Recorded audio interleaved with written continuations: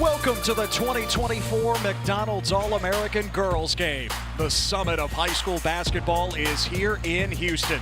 And after a touchstone night for women's basketball, the young stars of tomorrow are ready to introduce themselves and join the greats who came before. So who will start to carve out their legacy here tonight? We find out next.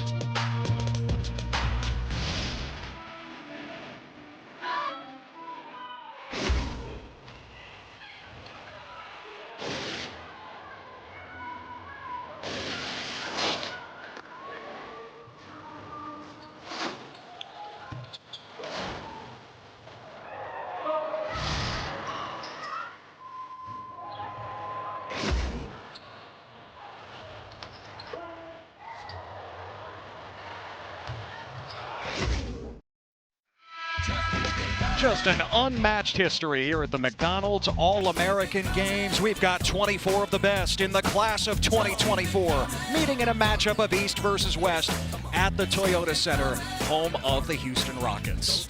Well, the #1 player in the class of 2024 is still on the board, uncommitted, Sarah Strong. Sarah Strong is a 6'2" forward with guard skills. She can pass at a high level. She's incredibly accurate. Oh, and by the way, she can score at every single level as well. She says she's going to announce her commitment in the coming weeks, but she is taking her time, making sure she finds the right fit. In forward that you've got to see, Socka-Nguemen, the Ohio State guard, is unbelievable. If you like defense, she's the player for you. And a lot of times she takes that defense and makes it her offense. She's one of the quickest players on the floor. If you give her enough room, her first step is lethal. She's all the way at the rim. You're still waiting for her at the foul line.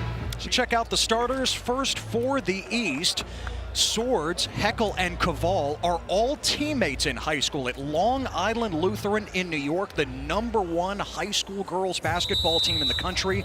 They're joined by Strong, the #1 player, and Michaela Blakes, who's headed to Vanderbilt. And the starters for the West, Cambridge at the point. Future UConn Husky, Ali Zabel. Kennedy Smith, part of the #1 recruiting class for 2024, on the way to USC. Ariana Roberson, a San Antonio product. And Morgan Shelley. All-American Girls Game ever, won by the West. Juju Watkins and Hannah Hidalgo were co-MVPs. Can't wait for what we have in store tonight. Another day, but an offensive rebound by her high school teammate, Kaylee Heckel. Swords draws the foul. Or Silas Swords. I was down here. This worked out great as a double duty trip. And the West still shut out. I mean, if you have a little timer by her feet, it takes her like 3 seconds from half court. And Kaylee Heckel, headed to USC, knocks down the jumper. But that mid-range shot is her bread and butter. She's got to keep shooting. Kennedy Smith puts the West on the board.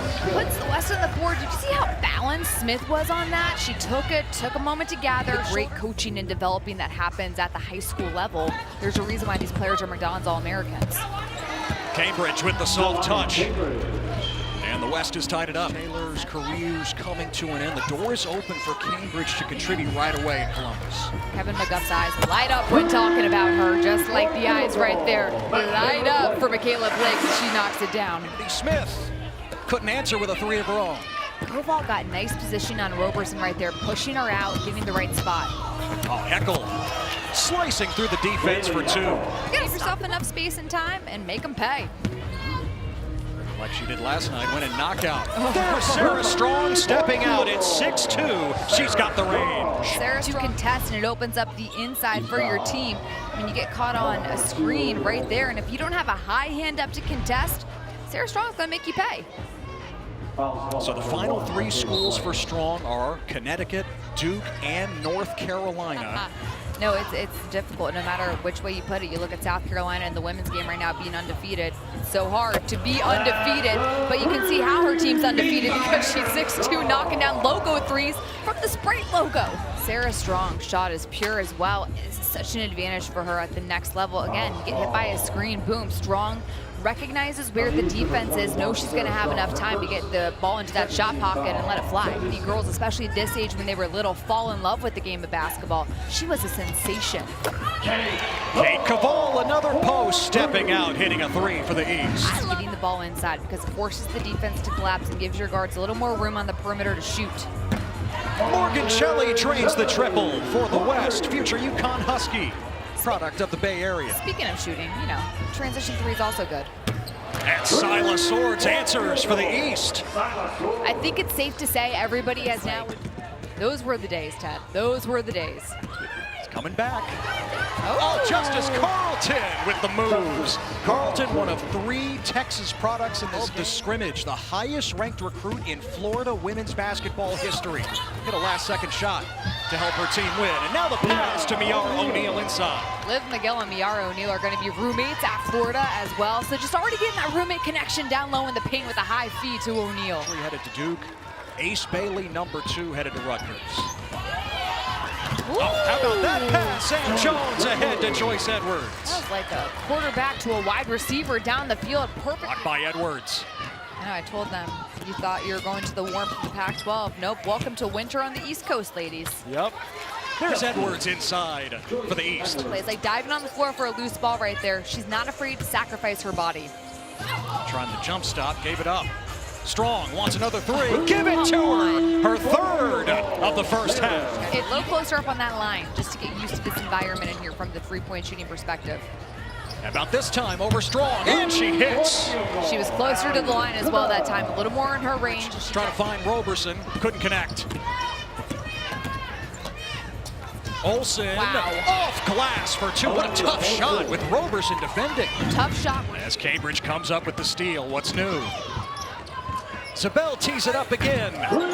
Yes! The post up for Strong.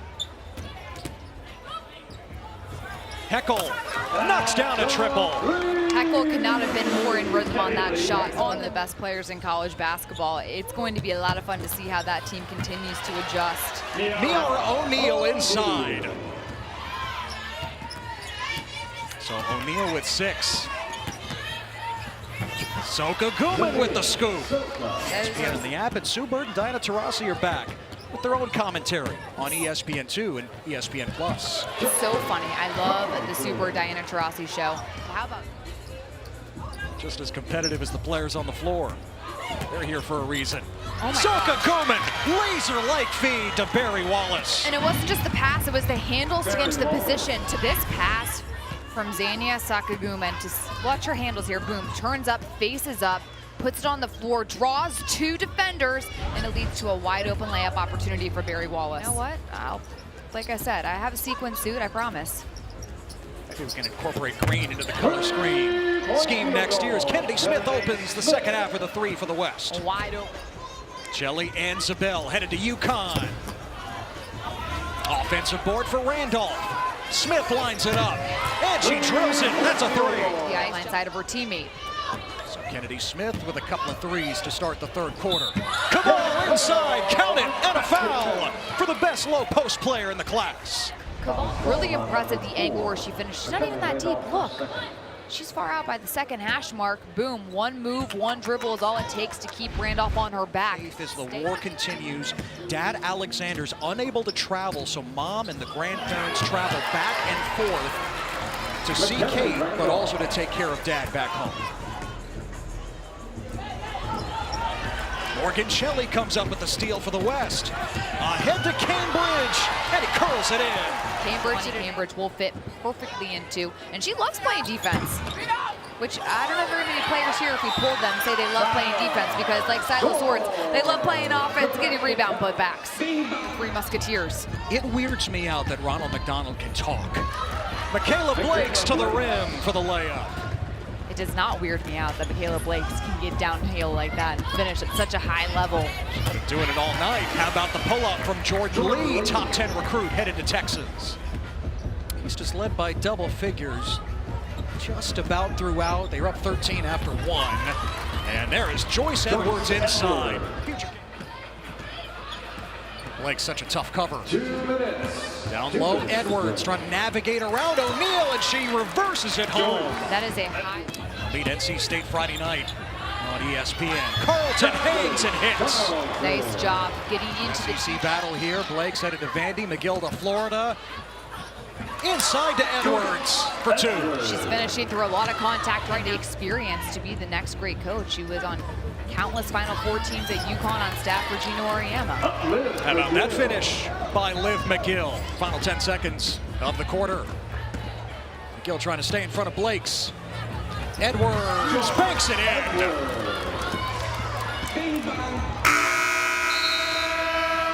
And the third quarter comes to an end. There's the double, good pass out.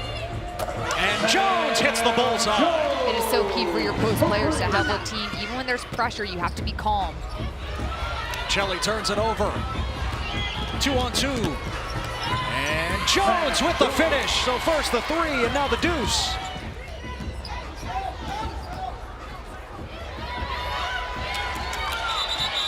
Sam Jones digs it out and forces a tie-up.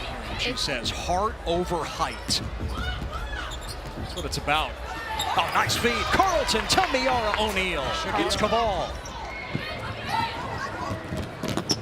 Oh, no look to Swords. Might see that a time or two in Ann Arbor starting next year. Wolverine, this might be the prettiest play we've seen all game. The half spin, no look, Olivia Olson, Silas Swords coming in, drawing one person, boom. Avery Howe's looking one way, Silas Swords makes her pay on the other side. Kendall Dudley with the swipe. Ahead to Joyce Edwards for two. You see Joyce Edwards on the floor there?